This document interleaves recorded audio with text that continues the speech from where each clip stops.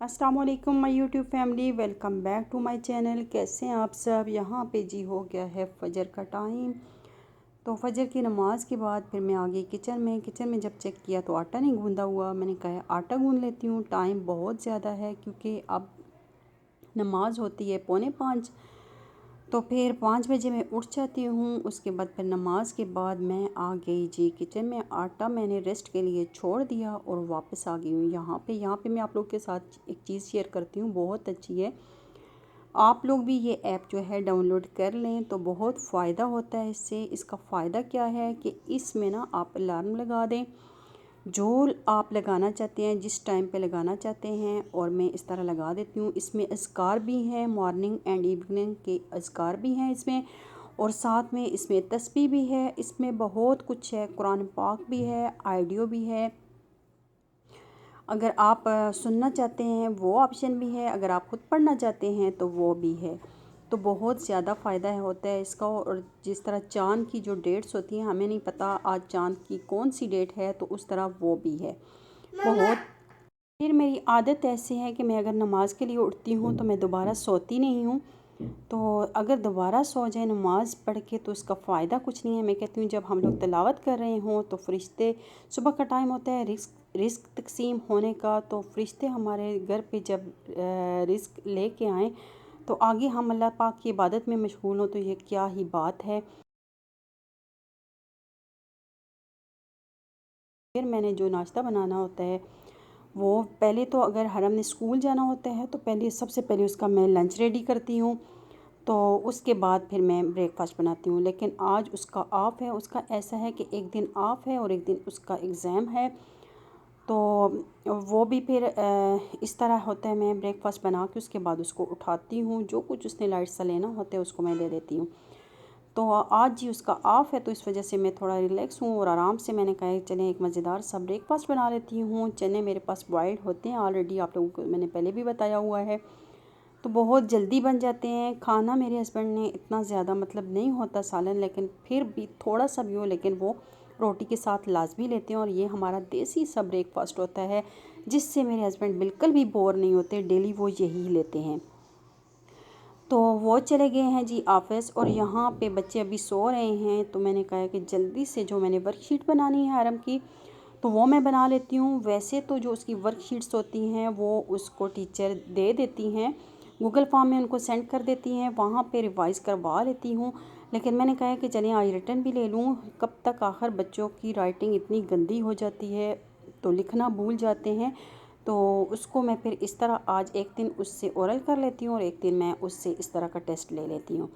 तो यहाँ पे जी मैं उसके लिए, उसका है मैथ का एग्ज़ाम, तो मैं उसके लिए सारा जो पेपर है वो यहाँ पे लिख के, तो उसके फिल करने के लिए जो उसने सॉल्व करने होंगे क्वेश्चन वो सब कर लेगी जब उठेगी ब्रेकफास्ट के बाद। तो वैसे भी वो इस तरह की चीज़ें देख के माशाल्लाह से खुश हो जाती है।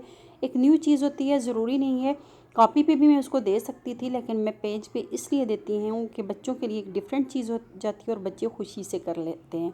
साथ में शेप्स मैंने ड्रा किए हैं और उसको साथ में दिया भी है कि कलर्स करने हैं। हालांकि इनके कोर्स में नहीं था कलर्स करना, लेकिन बच्चे इस तरह की एक्टिविटी के साथ साथ ना बहुत इंटरेस्ट लेते हैं स्टडी में। तो यकीन जाने यहाँ पे मुझे इतना, जब उसने ओरल दिया तो इतना अच्छा किया। ओरल मीन्स के जब उसने गूगल फॉर्म पे किया इतना अच्छा दिया, जब रिटर्न पे किया इतनी ज़्यादा उसने क्वेश्चन मिस्टेक्स किए, बहुत ज़्यादा उसके क्वेश्चन जो थे वो रॉन्ग थे। तो उसको फिर मैंने बताया, मैंने कहा ये देखो बेटा, लिखने का ये फ़ायदा होता है क्योंकि अब आपके ऑनलाइन एग्ज़ाम तो है नहीं कि आप लोगों ने डेली जाना है फ़िज़िकली जाके वहाँ पे एग्ज़ाम देने हैं, वहाँ पे तो पेपर ही होगा। तो बहुत ज़्यादा उसकी मिस्टेक्स हुई हैं यहाँ पे। फिर यहाँ पे उसके लिए मैंने सारी वर्कशीट्स जो हैं वो रेडी कर दी हैं। तो बीच में उनको मैंने ब्रेकफास्ट भी करवा दिया, वो क्लिप मैं ऐड करना भूल गई थी। और वैसे भी ब्रेकफास्ट आपको पता है, आप लोगों के साथ मैंने काफ़ी टाइम शेयर किया हुआ है।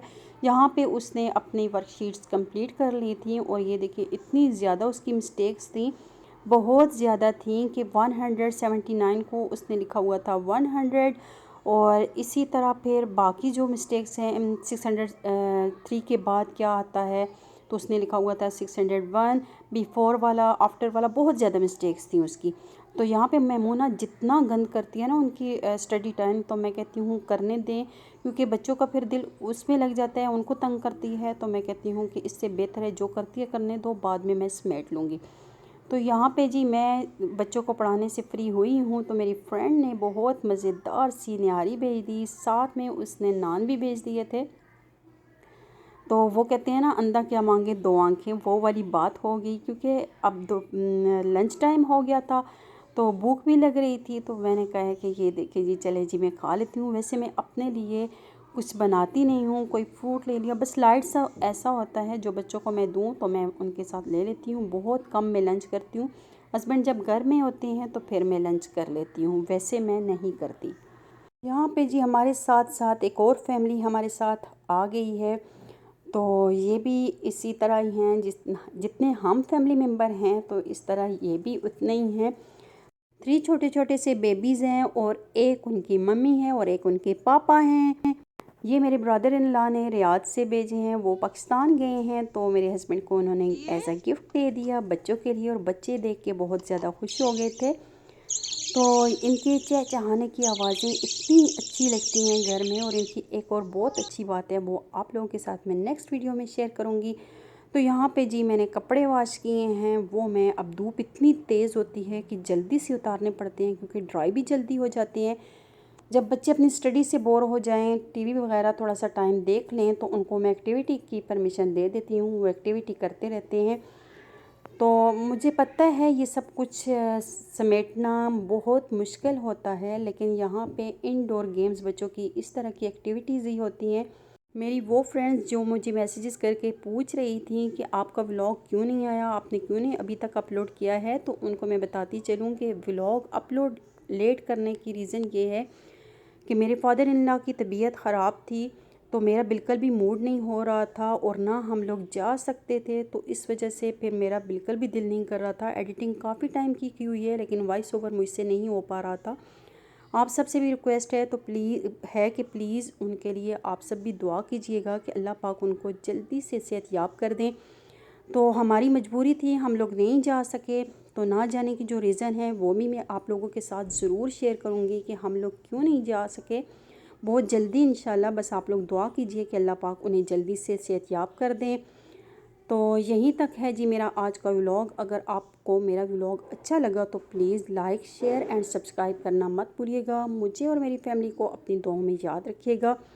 फिर मिलूँगी एक नए व्लॉग के साथ। अल्लाह हाफिज़, टेक केयर।